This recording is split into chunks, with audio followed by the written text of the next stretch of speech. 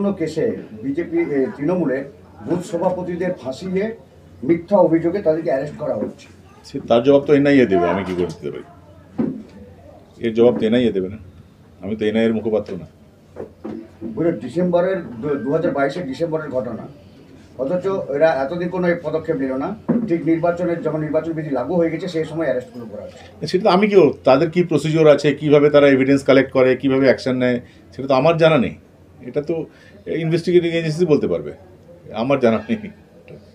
এবারে উনি যেটা বলছেন 26শে মার্চ, যেটা আপনার বিরুদ্ধে একদম সরাসরি অভিযোগ করছেন, আপনি এনআইএর এসপি ধনরাম সিং এর সঙ্গে বাড়িতে গেছিলেন, সন্ধ্যে 6:30টায় ঢুকেছিলেন, 7:22 অভিযোগটা কি? এটা তো অভিযোগ কি যে আপনি নির্বাচন বিধি লাগু হওয়ার পরে আপনি তার বাড়িতে যান এবং সেখানে আপনি একটা সাদা খাম দিয়েছেন, হস্তান্তর করেছেন না।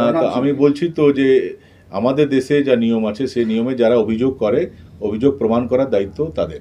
তো কোন সাদা খাম কাকে দেওয়া হয়েছে না দেওয়া হয়েছে সেটা উনি প্রমাণ করুন, যখন প্রমাণ করতে পারবেন তাহলে তার জবাব আমি দেবো।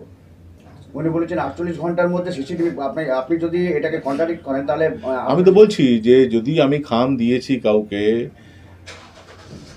এই ধরনের উনি এলিগেশন করছেন, তো এই ধরনের এলিগেশন যদি থাকে তো উনি প্রমাণ করুন না, উনি নিয়ে আসুন না। আমি তো বলছি কন্ট্রাডিক্ট করছি, এবং যদি এটা প্রমাণ না করতে পারেন তো 7 দিন আমি সময় দিলাম।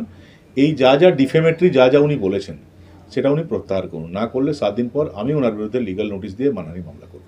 উনি বলছেন আপনি অথবা ধনরাম সিং যদি কেউ এটাকে কন্ট্রাডিক্ট করেন, যে রিফিউজ করেন মানতে, তাহলে ওনারা 48 ঘন্টার মধ্যে সিসিটিভি ফুটেজ দেখায়। না দেখান না, যে কোথায় আমি ওনার সঙ্গে বসে মিটিং করছি আর কোথায় কে কাকে প্যাকেট দিচ্ছে সেটা দেখান না।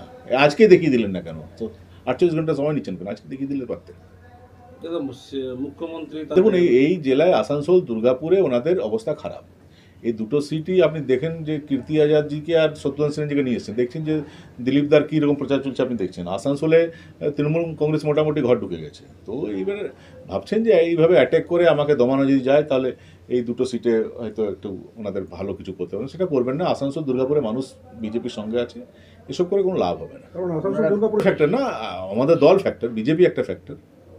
বলছি আপনি তো বলছি যে এই প্রথম কথাটাই তো আমি অস্বীকার করছি, তাহলে দ্বিতীয় প্রশ্ন তো আর আসে না। প্রথম প্রশ্নটাই উনি বলুন, যে ওটা উনি প্রমাণ করুন, যারা এলিগেশন করছে প্রমাণ তো তাদেরকে করতে হবে না। আর আমি কোনো জিনিস গোপন করে করি না, আমি যার সঙ্গে দেখা করা থাকে প্রকাশ্য দেখা করি, এবং এই গোপনে বৈঠক ওনারা করেন। তৃণমূল কংগ্রেস সেটা আমি কি করে জানবো? তদন্ত হওয়া উচিত, যান ওনারা তদন্ত করান। কিন্তু যারা এনআইএর উপর হামলা করলো তাদের বিরুদ্ধে তদন্ত হবে না, যারা সিবিআইয়ের উপর হামলা করছে তাদের বিরুদ্ধে তদন্ত হবে না, যারা ইডির উপর হামলা করছে তাদের বিরুদ্ধে তদন্ত হবে না, আর যারা অপরাধী তাদেরকে যারা সংরক্ষণ দিচ্ছে তাদের উপর তদন্ত হবে না, আর ইনভেস্টিগেটিং এজেন্সির উপর তদন্ত হবে। তো এটাই বাংলায় এই সংস্কৃতি ওনারা আপনারই করেছেন, কী বলবো। প্রেস কনফারেন্স করে আপনার বিরুদ্ধেই তৃণমূলের, দেখুন কুণাল ঘোষ আগেও বলেছেন যে অনেক ক্ষেত্রে আমাদেরকে দলের স্বার্থে যেটা আমরা বিশ্বাস করি না সে ধরনের অনেক কথা বলতে হয়। কোন কথা উনি সত্যি বলছেন, কোন কথা দলের চাপে বলছেন, সেটা তো ডিস্টিংগুইশ করা খুব টাফ না। বিকাশ ভট্টাচার্য বলছে যে 7 দিন কেন অপেক্ষা করছেন, আপনি কেন পাল্টা অভিযোগ করছেন না তৃণমূলের নামে? আমি কেন অভিযোগ করতে যাবো? তো কালকে যদি বলে দেয় জিতেন বাড়ি চাঁদে গেছিল, এবার আমি সারাদিন ঘুরে বেড়াবো, চাঁদে যায়নি প্রমাণ করে বেড়াবো? এই দেশের যা নিয়ম, এই দেশের যা আইন, সে আইনে যারা অভিযোগ করে, বিকাশদা তো সিনিয়র লয়ার, তিনি তো জানেন যে এই দেশে যারা অভিযোগ করে, অভিযোগ প্রমাণ করার দায়িত্ব তাদের উপর থাকে, তো তাদের উপর বর্তায়। আমি আপনাকে বলে দিলাম কিছু, একটা অভিযোগ করে দিলাম, এবার আপনি নিজেকে নির্দোষ প্রমাণ করে যাবেন, এটা হয়? নির্বাচন কমিশনের কাছে দাবি জানাচ্ছেন যে ধনরাম সিংকে এখান থেকে সরিয়ে দেওয়া হোক। কোথাও কি মনে হচ্ছে যে এনআইএর তদন্তটাকে বাধা দিতে এটা প্রক্রিয়াটা?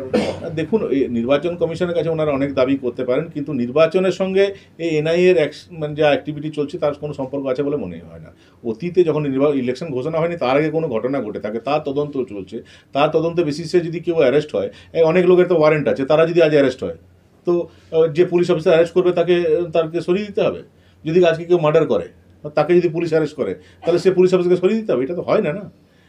আইন ইনভেস্টিগেটিং এজেন্সি তাদের মতো করে চলে, নির্বাচন কমিশন তাদের মতো করে কাজ করবে, করতেই পারেন। সেটা king can do no wrong, ওনারা নিজেকে রাজা রানী মনে করেন, ওনারা যা ইচ্ছে তাই করতে পারেন। এই আসানসোলে দেখেননি একটা দুর্ঘটনাকে কেন্দ্র করে আমাকে তো 22 দিন জেলে রেখেছিলেন।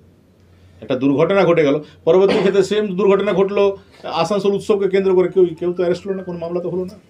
তো তো এটা ওনারা সিলেক্টিভ ডিসিশন নেন। যখন বিরোধীর কোনো ব্যক্তির সঙ্গে কোনো দুর্ঘটনা ঘটে গেলেও সেটাকে বড় আর নিজেদের লোকেরা যাই করুক না কেন ওনারা কিছু করেন না, এটাই চলে বাংলায়। মুখ্যমন্ত্রীর মুখে আপনার নাম, কোথাও না কোথাও আপনার টিকিট পাওয়ার ক্ষেত্রে সমস্যা হবে হঠাৎ করে দেখুন, বলে দেবে। আমি এটা কেন বলবো যে টিকিট আমি পাচ্ছি, এটা কে বললো? আর আমাদের দলে কোনো ব্যক্তিকে দেখে দল চলে না। আমাদের মোদিজির মুখ দেখেই আমরা ইলেকশন লড়বো, আর পদ্মফুল দেখে আমাদের কর্মীরা ভোট দেয়। কে টিকিট পেলো না পেলো এটা ইমেটেরিয়াল। সবচেয়ে মারাত্মক হচ্ছে পশ্চিম বর্ধমানে আপনাকেই টার্গেট করা হয়েছে কেন? কিন্তু আগেও করেছে কেন করছেন সেটা তো ওনারা জানেন ভালো করে, আপনারাও জানেন ভালো করে। সে কি করবো সেটা তো আমি ওনাদের খুশি করতে পারবো না। ডিজিটাল খবরিলাল, খবর আপনাদের, নজর আমাদের।